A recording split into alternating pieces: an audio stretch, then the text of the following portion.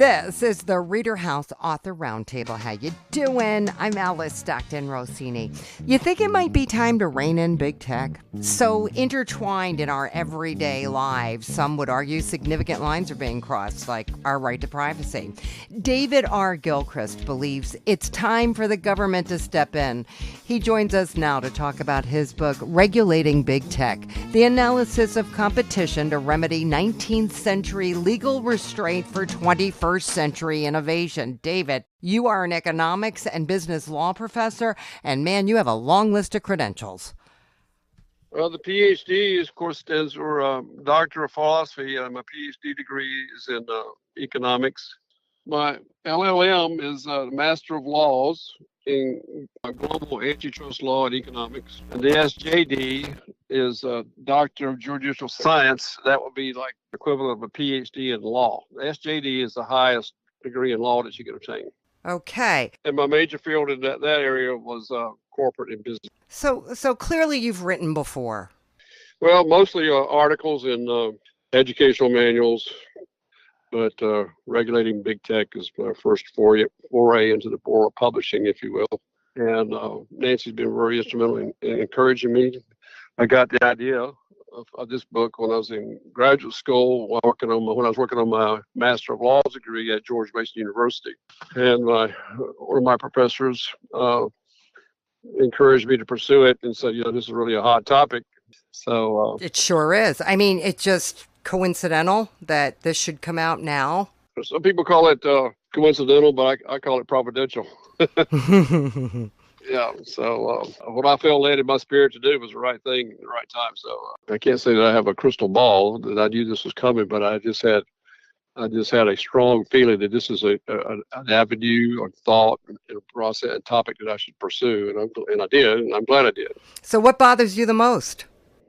I'm certainly an advocate of free enterprise and free market capitalism, but sometimes some things have to be regulated. Even though I'm not a big fan of, typically a big fan of deregulation, but if the industries don't properly self-police, then you got to put adequate controls in so things don't get out of control and out of whack. Because even in internet, anything that can be used for good, there's usually a dark side to it. Like internet has been used for things that are less than honorable, like all these scams and stuff like this. So internet came into its being probably in the early 90s, I guess you might say. Yep.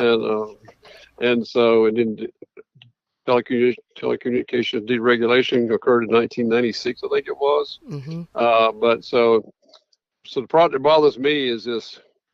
It's just not properly self-policed by its own industry. So therefore, government has to play a part in making sure it's fair and balanced. And how do we do that, though? Like, there were people who were very happy when there was some fact-checking going on at Facebook, for instance. Oh, yeah. And then people said, well, you can't trust fact-checking. Yeah. So, well, different people have different interests in different kinds of reading, but I'm a person who deals with I deal with facts and truth, and when it goes into print and it comes out of my mind and I set pen to paper, I want to make sure that the people's lives that I touch and that I influence based upon what I'm saying and putting in writing, I want them to know that they can believe it without reservation. So I wanted to know that it's been well researched, heavily documented, and properly footnoted. So, but to your previous point, U.S. regulation, basically, especially in Section 230 of the 1996 Telecommunications Act, it continues its impactful consequences even to the present day, even since 1996, 06, 16. So I'm approaching 30 years since Section 230 was put in place. But and I think a lot of times it just wrote a blank check for these modern day platforms. One part of my book is dedicated to a thorough analysis and evaluation of its effectiveness in addressing big tech's abuses. Okay, so the part that bothers me the most, to answer your question in one word, is abuse. You know, I'm a free market. I believe in free market enterprise. I believe in capitalism. I believe in a fair profit. I don't believe in a greedy profit. I don't like companies exploiting people. Uh, Where would you say, where is the most egregious abuse in your opinion? well, I mean, companies like Google and Microsoft. I mean, in essence, they can tell you when you're typing. They can tell every stroke of the keyboard.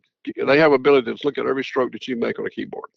That's an invasion of privacy. Any way you describe it and cut it, that's an invasion of privacy, especially if I don't know about it, or if the user of that keyboard, if they don't know about it and they're not informed. So to me, that's an invasion of privacy, especially when it's being done without your knowledge or prior permission. So how do we regulate it? How do we even begin this process under this current administration? Well, we just got to we got to just elevate the awareness of what's going on. I mean, I know there are a few key U.S. senators that are hot on this topic. One that comes quickly to mind is U.S. Senator Josh Hawley from Missouri. Right. We just got to elevate the awareness of what's going on here and recognize what kind of abuse could happen. I mean, Section 230, if you want to analyze it, if you go back and read it word for word, it's about 26 words that formed the internet and made and availed big tech with legal immunity, if you really get right down to it. Right. Let me just clarify. Previous administrations certainly had an opportunity to regulate what was going on. What's going on with Google has been going on for some time.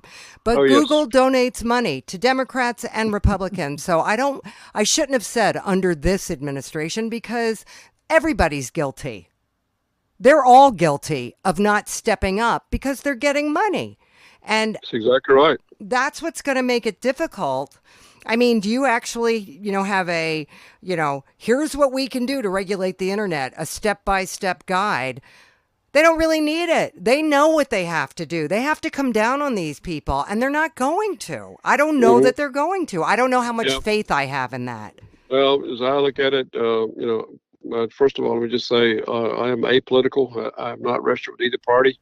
Okay. And my firm belief is that both wings belong to the same bird, if you know what I mean. Yes. And both parties are guilty of the same thing, because they get in, they're going to do and say whatever it takes to get reelected, especially in the House of Representatives, because they're elected every 2 years. So the time they get reelected and get seated, it's time to start campaigning again. So they're particularly guilty of it. Mm-hmm. U.S. Senate, they serve 6-year terms. And so they're going to say, do, and speak the things, whatever it does, it makes them popular for re-election. That's the reason I believe one of the things we have to help cure the problem in the long run is term limits. 100%. Term limits. Politicians, it should not be a career path for anyone. That's the way it was with our forefathers. And so term limits, balanced budget required, and line out of vetoes, and I think we will never be a better country until we get those things in place. I hear you. So where do we go from here? Are you mailing copies of your book to congressmen? I mean, like you said, the awareness must be raised. Yes. Well, I know U.S. Senator Josh Hawley has a copy already. I know that President Trump has a copy. Vice President Vance has a copy. President Trump's sons has a copy. Elon Musk has a copy.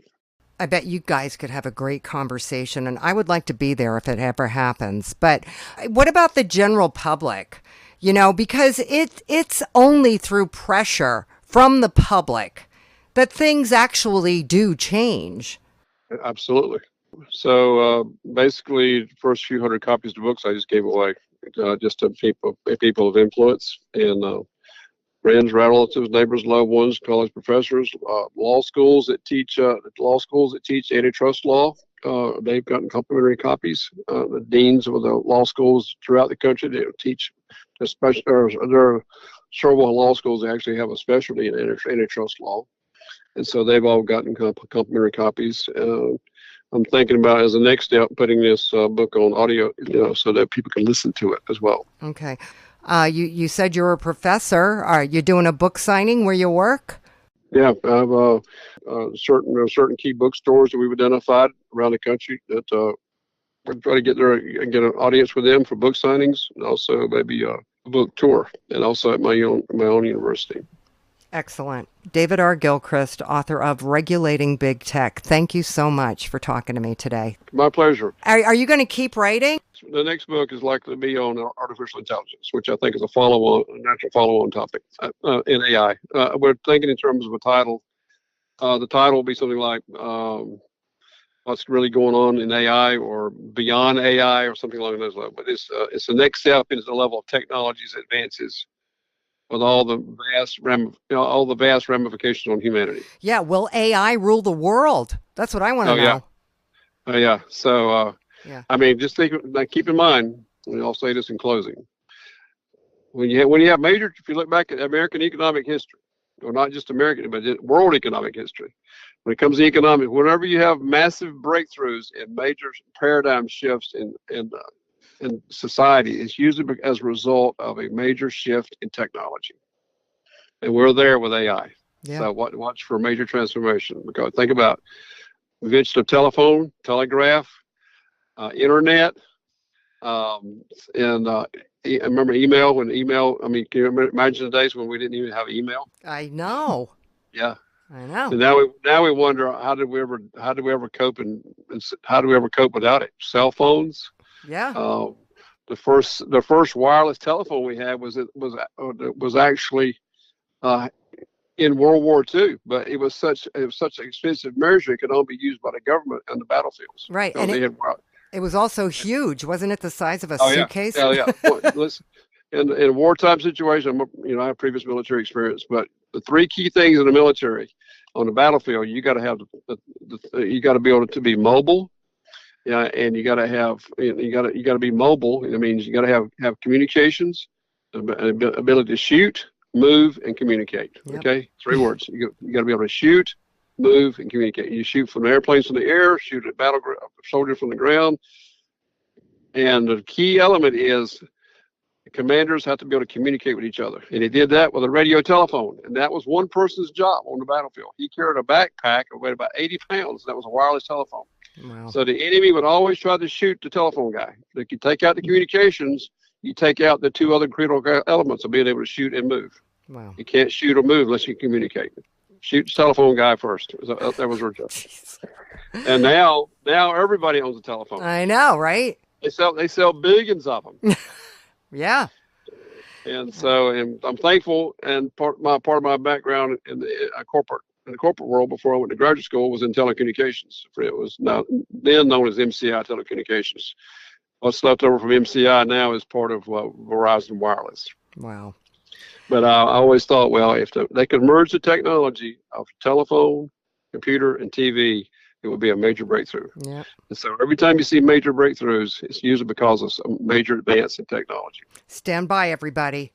Stand by. It'll happen. Thanks so much. Appreciate it.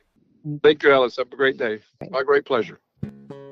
Patty Hamill has published 3 children's books, all with the environment in mind. And today we're talking about Skylight and Gertie, the case of the stolen honey. Hey, Patty, you've been writing for how long? Well, it's, I think, around since 78. But I wrote the book. It was the original one, Skylight's Adventure. And I packed it away. And then I packed away for like a good 15 years.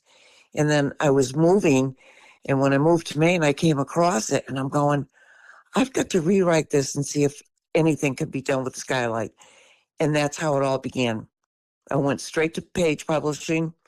They loved it, and I've been with them ever since. So your first book was about a lightning bug. Right. And you got very disturbed because you don't see as many of them now as you did when you were a kid. No, I don't. I'm lucky if I see like maybe 10 during a real hot summer night. It's because I sit out there on the porch when it's really dark, and I just wait for them to come. And, you use insects for your characters. Yes, my insects are my little characters. And your second book was about walking sticks. Yeah. And now we're talking honeybees. Honeybees, Right. Skylight and Gertie, and they're an endangered species as well. Yes. Yeah. How do you tell me how you lay out this story? I don't know. When I start writing something, it all depends. Well, my favorite insect is the lightning bug, plus the walking sticks and all the other ones that I have mentioned in here. And the nature that the walking sticks, do you know you can keep a walking stick as a pet? Really? Yeah. How would you do that, I wonder? I don't know. I read that someplace and I couldn't stop from laughing. I said, yeah, give someone a pet, a walking stick for a birthday gift. No. But it's the same thing with like salamanders and the frogs. And as soon as they disappear, our country is just going to go away. The environment, which is killing them. And I don't use any insecticides at all to kill anything. Oh, don't even get me started. I live on an island, and people want to have lawns. Not a lot of people, but some people want to. I don't understand why you want to have a lawn. How about stones? And even with stones, they want to put chemicals on the grass that pops up through the stones. And all that runs into our water, the ocean, the bay. And why certain chemicals are even allowed on this earth, why you can't put up with crabgrass on your front lawn. I mean, is crabgrass really hurting anything? Why do you have to put chemicals on dandelions? I don't get it. But no, see, the crabgrass, I mean, when it's cut, it looks like regular grass. So what's the story with Skylight and Gertie? The Skylight with Skylight, how he came about was I was looking out my skylight one night and my son came in and he said, "What are you doing, Mom?" I said, "I'm just looking at the lightning bugs." And I said, "You know, Sean, you would be a good person to use for a children's book." He goes, "No, don't do that to me, Mom." You know, so I said, "No," I said, "I'm going to use the Skylight." And that's how Skylight got his name. Skylight just got through doing a helping with the rocking chair. And he was just sitting there in the trees. And then all of a sudden, Gertie came by and she yelled, "Skylight, Skylight, what? I need your help. Somebody is stealing the honey." And there was a ladybug that was involved with this too. And Skylight says, Skylight said, "Why don't you just stay here for a minute and let me go take a look, see what's going on." And he flew through the forest and he happened to see the hornet. And he didn't say anything to him, but he saw him stealing all the honey and destroying some of the hives. And that's when Skylight came back and told Gertie what was going on. And she goes, "We've got to get our honey back, because if we don't get our honey back, what are we going to do?" So, and she says, "I know it's not Antsy. That's the little ant that kind of like in the beginning, he kind of sticks with the honey." And so they both went, and Skylight went to talk to, his name is Ouchie. Ouchie. Ouchie. Okay. And what happens? Okay. And he says, "I want the honey. The honey is mine, and you can't have it back." And then, they said, "Well, yeah, we have to get it back." So what they did, Skylight and Gertie, and they all get together, and this is how they get their honey back. They set up this plot so that they can change wings. Gertie gets a lot of her little bees, and the ladybug gets a lot of her little bugs, her family and everything. And what they do, Skylight has magic that he makes them switch wings. So a ladybug will turn into a hornet, and a hornet will turn into a ladybug. And and they go into these hives, but in the meantime, they have like these little jars set up underneath the hives. So if the little hornets come, the real bad hornets come, they have a chance to knock them out, and they drop into the little glasses. And after that's all done, Ouchie came out and he goes, "Why did you do that? You hurt my family." No, we didn't. They're just knocked out for the time being, but when they come back, they will be healthy as anything. And Ouchie said, "Skylar, how did you do that? How did you transform my hornets, your honeybees into hornets and vice versa with the ladybugs into honeybees?" He said, "How did you do it?" He said, "I don't know. I'm just magical. I help save other insects in the forest." Oh. Aw. It really.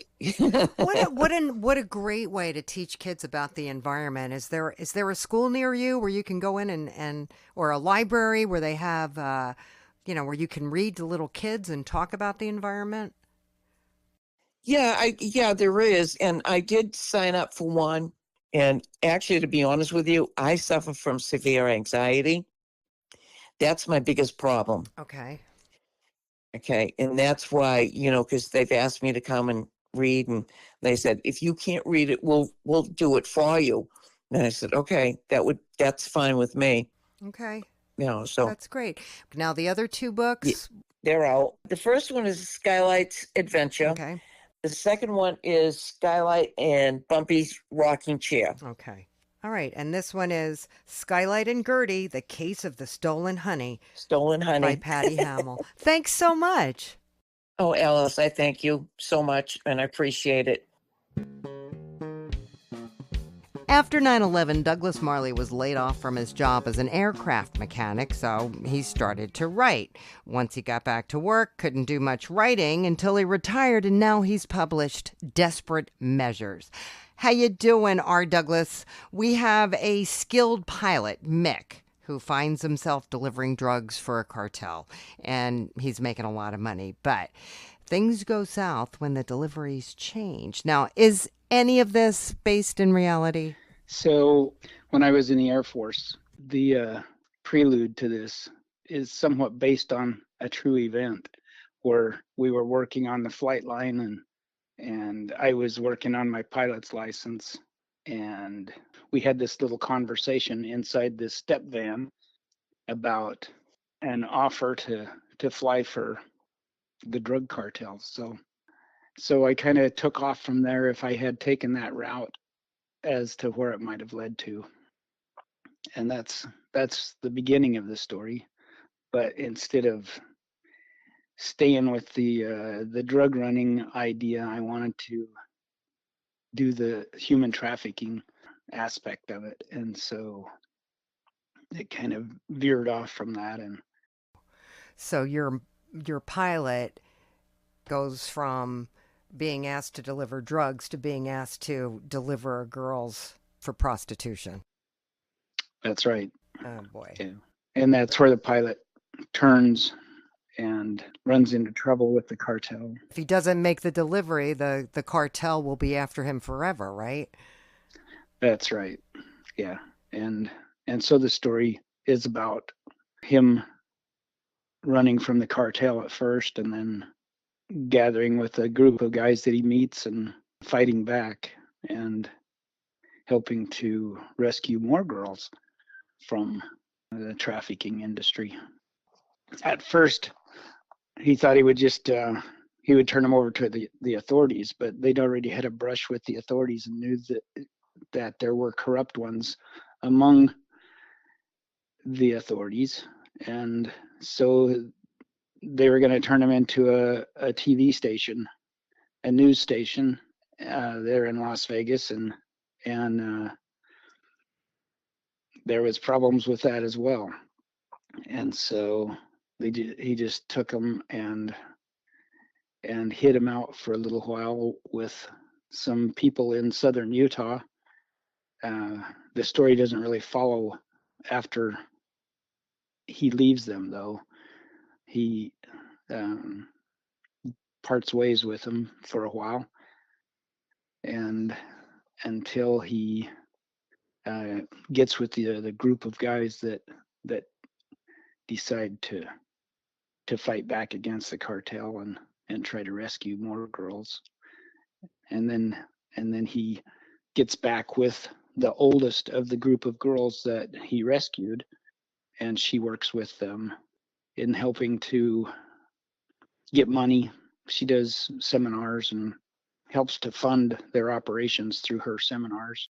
I guess you had to learn a lot about human trafficking to finish this book.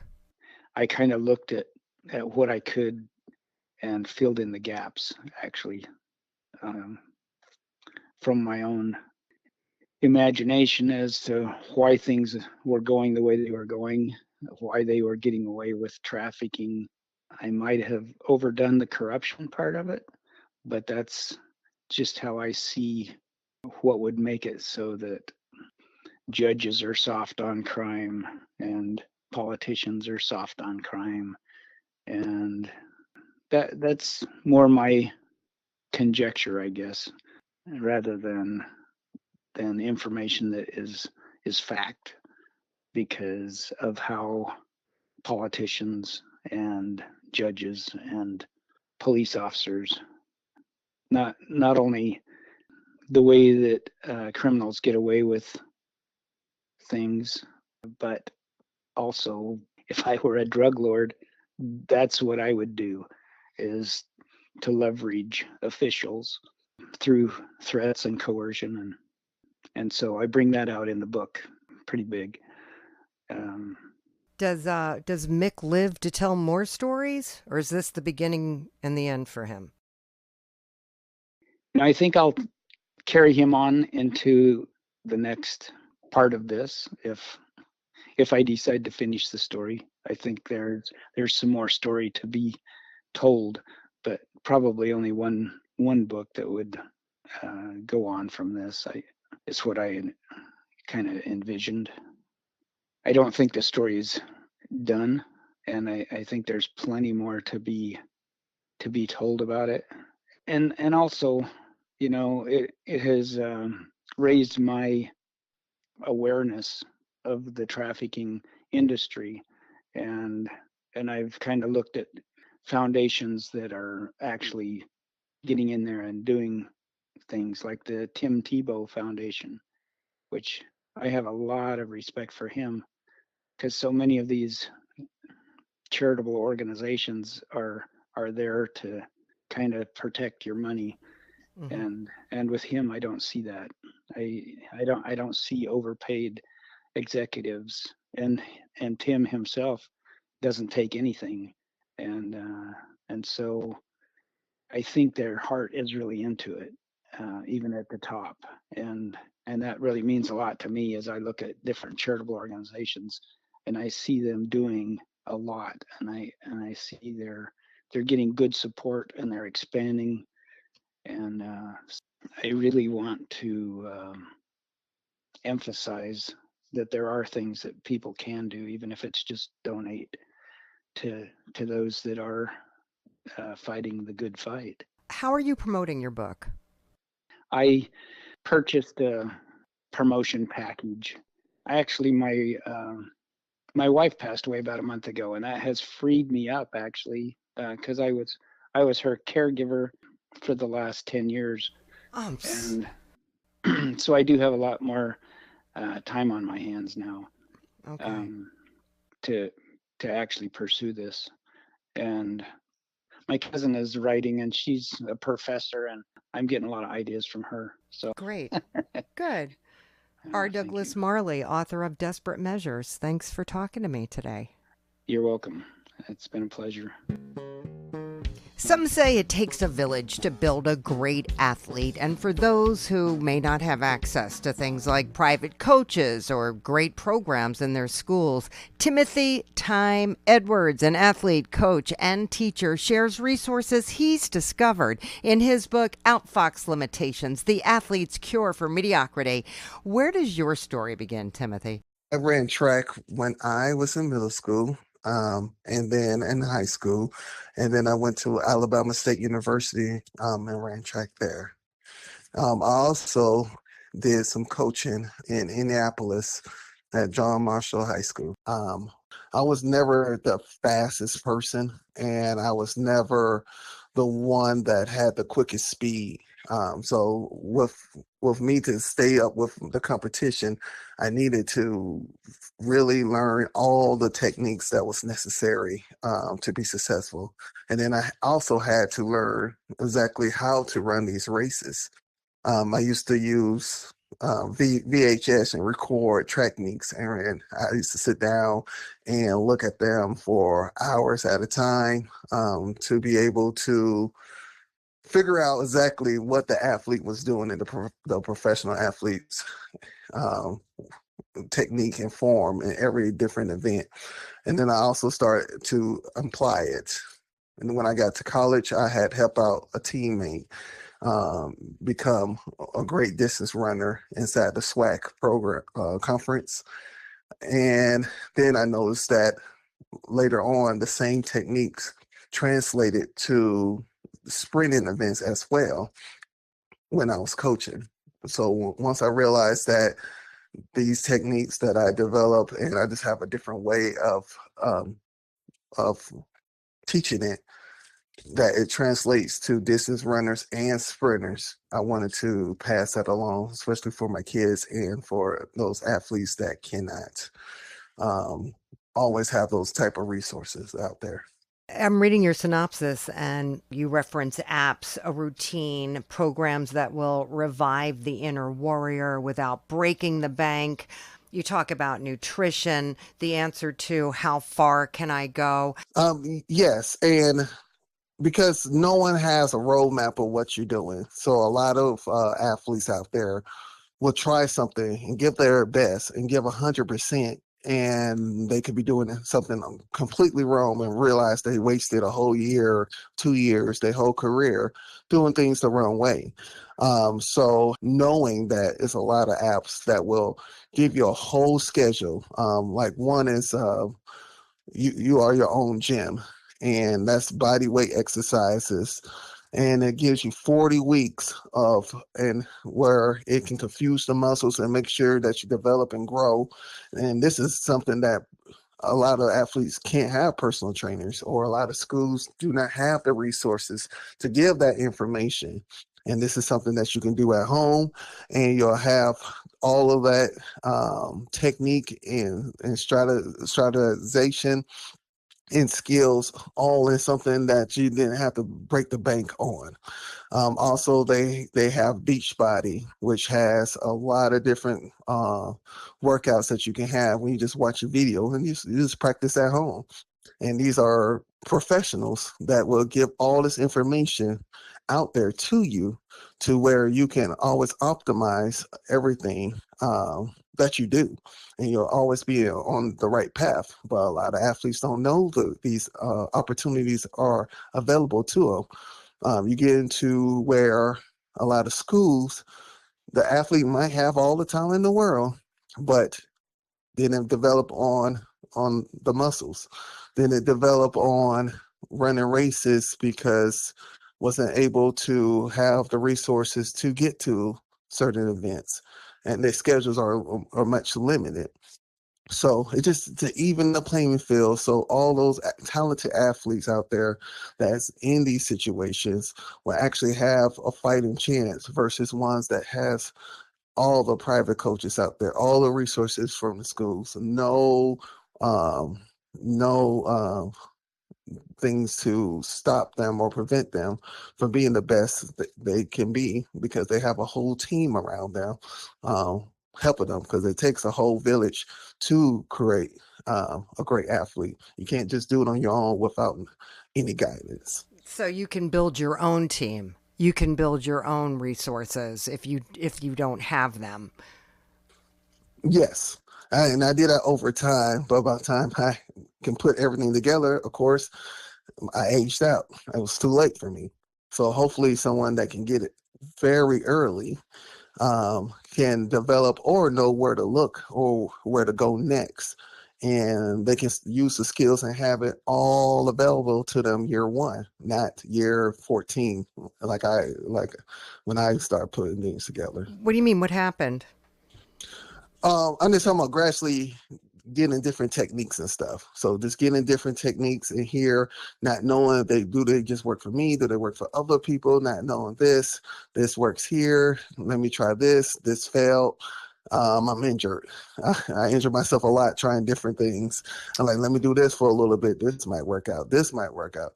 So I just made sure I put inside the book things that work out, things that works fine, things that will keep you going versus hindering you from being successful, versus all my failures.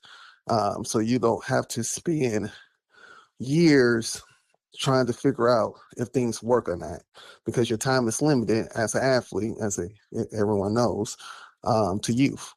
So you're always going to be on that clock. Right, right.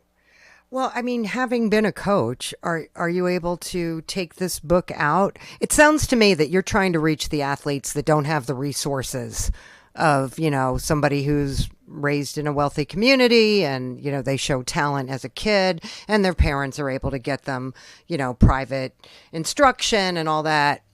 How do you reach these kids? So what I am trying to do is start researching athletic directors out there and pitch them and say, hey, can you please provide this book to your athletes and see if it's successful. If it's successful, you can continue to do it, because it's not just track and field. Running is from almost every sport. Oh, yeah. And having the ability to understand what your body's doing, it takes a lot of great focus. And if you can have that kind of great focus, those impossible shots that happen, it's not luck. It's because of, having great focus. So it's a building blocks to every sport. And for a lot of times when, because you're doing a lot of kids, you don't have a lot of time, schools don't have a lot of resources. So the ones that don't understand the, I guess, mass production coaching style, then they're by the wayside. They assume, what, I don't have the genetics. I must don't have it. I must don't have what it takes. That's not usually the case, at least about 50% of them. It just, maybe you just don't understand what the coach is trying to teach you. And this book will try to galvanize and make sure that people understand that there are different ways to learn without just that one way of mass production, because all these coaches are in tight pinches, they're limited on time, and they have to produce as much as they can. So I started with John Marshall High School, and I was able to develop a football athlete that was injured and to win the state twice. I believe that was the first time the IPS system won in 34 years a state title. What I'm going to do, especially where my kids are going to school, like in the Plainsville, Indiana area, I'm going to start there and introduce and have all the information out there for these athletic directors and see how that start moving and see how I can integrate inside the area that I'm in. And then also after time of there is to email these other coaches and show the success that's going on in these programs that's close to me. And hopefully it'll just catch on to where, hey, if you're not understanding, or I think that this book is another alternative to get you where you need to go. Right. If I can't do it. All right. Timothy Time Edwards, author of Outfox Limitations, The Athlete's Cure for Mediocrity. Thank you so much. All right, thank you. D.L. Reynolds has been riding and working with horses for most of her life, so no surprise she brings her experience and advice to print with her book, Equine Health and Communication Guide, 8 Keys to Connecting, Listening, Training, and Solving Problems, Care, and Knowing How to Recognize when your horse is speaking to you. Welcome, D.L. How long have you been riding? My mom put me on my aunt's horse when I was like 3, one day when we went to visit, and I've always been bit by the bug. Like, I wouldn't leave her alone till she let me sit on the horse, and she threw me up there, right? And I started riding. Oh my goodness, I dreamed of riding when I was 7 or 8 years old. I was in like first, second, third grade, 9, right around in that age timeline. I had a friend, and we would roam the backwoods of the neighborhood and find horses. There was a barn that boarded horses, and we'd just jump on them and kick them until they ran. I first started riding a horse consistently when I was like 13. I found a horse that was not being ridden in the neighborhood. Someone told me about it. And it was a 2-year-old they had bought for their 7-year-old child, and it bucked it off immediately, and they didn't know what to do with it. And I started riding it, and eventually bought that horse, and kind of sort of almost never had a horse since then. Were you writing about horses along the way or drawing them? You said you're an artist. Yes, I have always drawn pictures of horses, always. I've always been, collected horse miniatures, had, all just as a kid, all things horses. Okay. Imagine, I mean, like if I was driving down the road, I would imagine riding my horse on that road. Tell you what, writing has not really, I don't really consider myself an author because writing is not something that I typically do. I keep journals and things like that. I tell stories. I have a TikTok feed, and I've always been a storyteller. I'm not going to say I've been good at it, but I've always been a storyteller. From reading your synopsis, I get the impression that you felt that people who have horses aren't necessarily doing everything they should be doing. Okay, exactly. Having grown up and been with horses my entire life and carrying a deep love for them, but I always have been exposed to traditional types of training where you taught a horse to do what you wanted it to do, and that's what it was expected to do, and you did what you made it do it regardless of what method you used, as long as you got your end result. And I have 2 horses now, and one of them is what we refer to as a solid citizen. He was just I thought he was stoic, extremely obedient. What he was obedient. And the other horse that I have was a very good-natured horse, just a bit of a character. He's a Palomino, but he was prone to panic attacks. Little things will upset him, and his brain would get stuck, or he would just get terrified for some reason that he was going to die. And he was always kind of a really good horse, but always kind of on the edge of, am I going to be okay? You know what I mean? So is this what inspired the book? Are these, Yes. Do you talk about both of these horses in your book? The book, yes, this was all about the horses, because the Palomino, the one that's got these panic attacks, I've had this horse for 14 years, and occasionally he would get so bad that he became dangerous for me to ride. And I would send him to someone to train him, typically my farrier, who is the one who put me on this horse. He's just fantastic. And I would send him, I did this twice. I buckled down, I sent him back to the guy who trained him, and he trained him to rope. The horse is basically a roper. He's had a short jumping career. He loves to jump.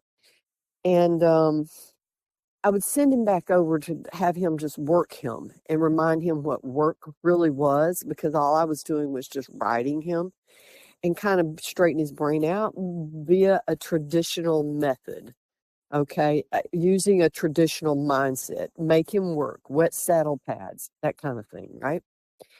And I'd get him back. He'd be squared up for a little while. He was fine, and then he would slowly but surely start slipping back into his old patterns of dangerous behavior. And I sent him off to roping camp. Like literally, dude was going to be doing roping all summer. And I said, take this horse and here we go again. Well, boom, third time around, here I go. And he's having this horrible pain. Each time the timelines get shorter and the episodes escalate. Okay. So I'm standing there going, nothing is working. What can I do that will help this horse and solve his problems? And that's when I started doing research and reading and hiring coaching and watching videos. And I spent a year doing the research and implementing the training that I was learning, and I documented it through video and journaling.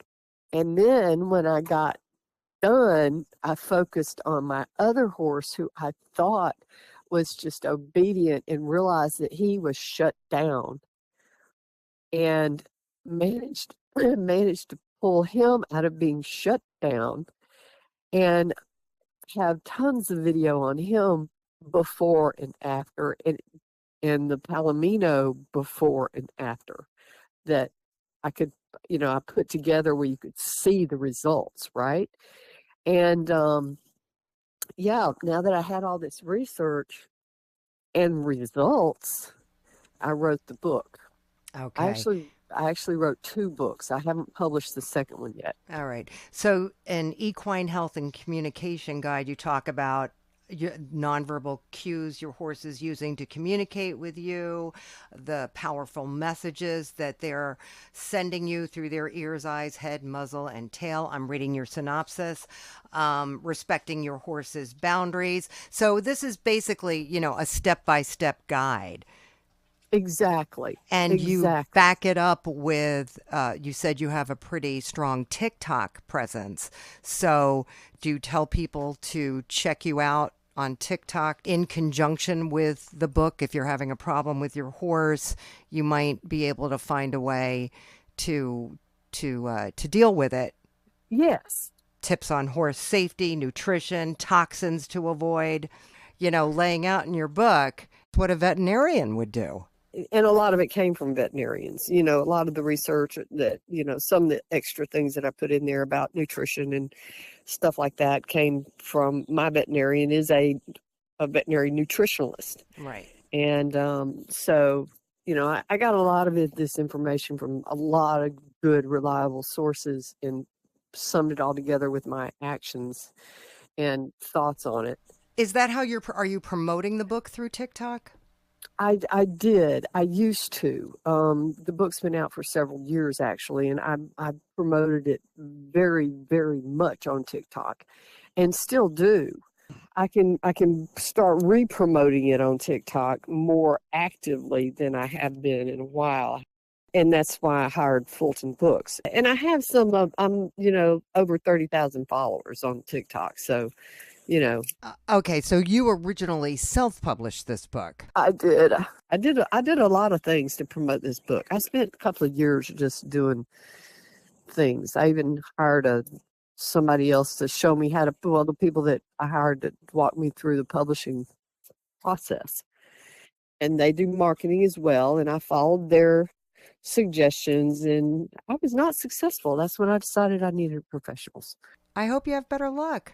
Oh no, it's all good. It is all good. If my theory is if one person changes their ways of looking at how they function with their horse, to understand that horse is speaking to them all of the time, and they have the ability to understand that and create a communication that is nonverbal. And it's so amazing once you get started in this process how deep it goes, where it's almost like learning to read minds. Okay, that's how much they speak to us through just their eyes and their ears and their physical body. And it's pretty amazing. They're true empaths and highly emotional creatures.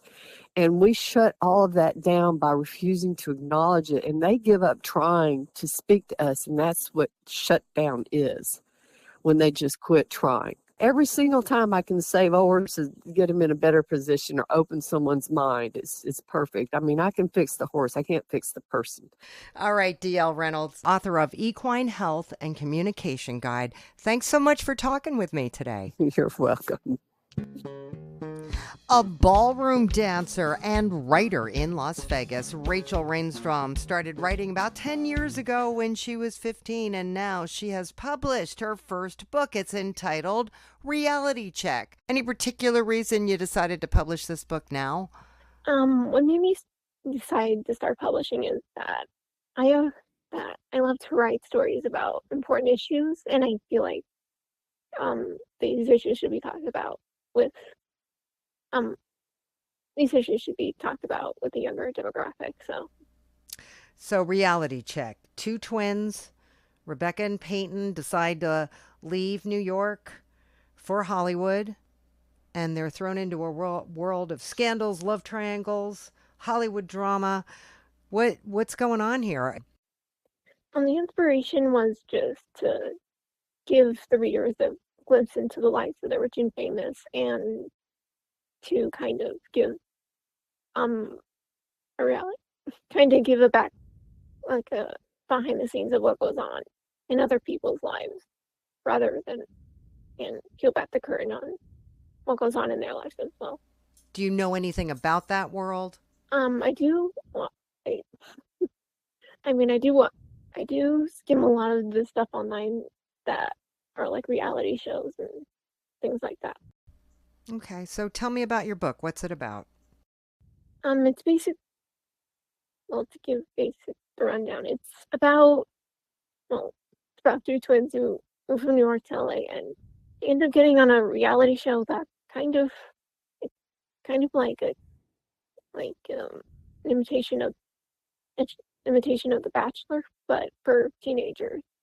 And after getting on that show, it all just kind of, put it mildly, it all just kind of comes ahead when one of them ends up sleeping with her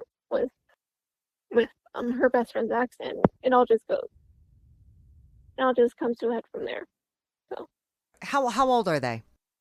they're about 15 years old, and that's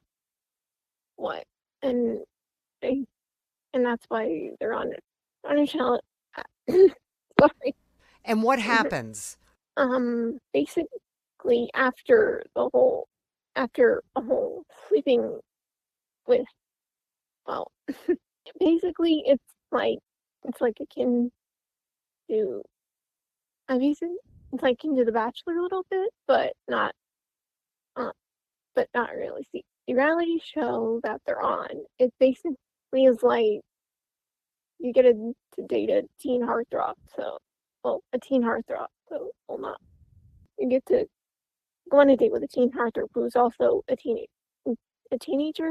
So there is an age limit for this reality show. So. Okay, so they're on this reality show to win a date with a teen heartthrob. And you say they're thrown into a world of scandals, love triangles. Give me an example. What's going on? What scandal? The scandal that breaks out is that while they're in LA, one of the twins ends up getting found out by the press that her and the person she's trying to win a date with was actually an ex.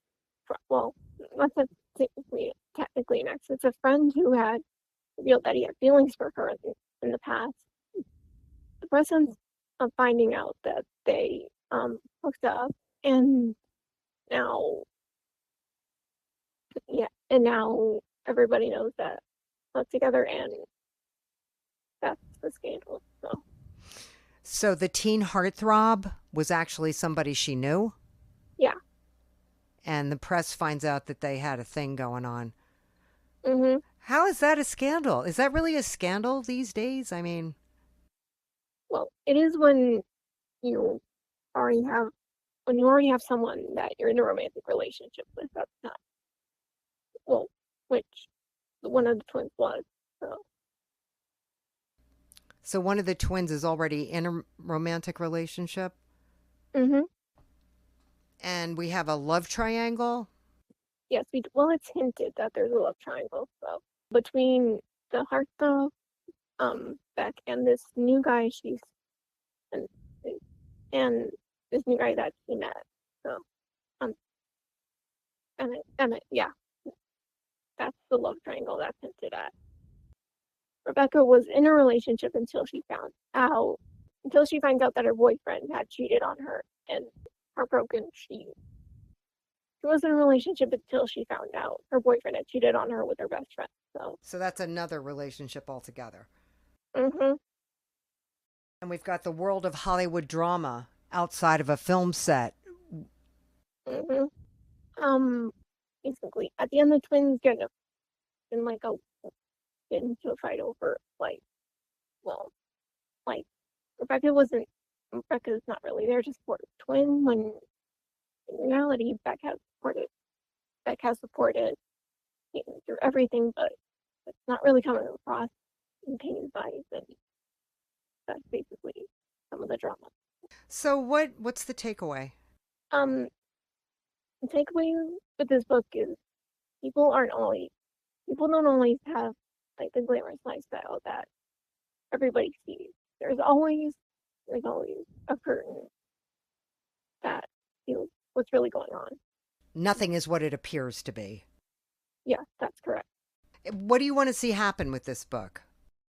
I want to see this brought to a TV adaptation, because I really want to see how TV executives bring this story to life. Are you in a position to make that happen? I hope. Well, I kind of am. So. You would have to turn this into some kind of a screenplay, right? Yeah. So I don't know anybody yet, but I have been looking at I've been looking into that. So. Are you going to keep writing? Of course, I'm going to keep writing. Of course, I'm going to keep writing. Do you have a follow-up to this book? Does this book end here? No, this book doesn't end here. It does have a follow-up that I'm currently working on. So. Okay.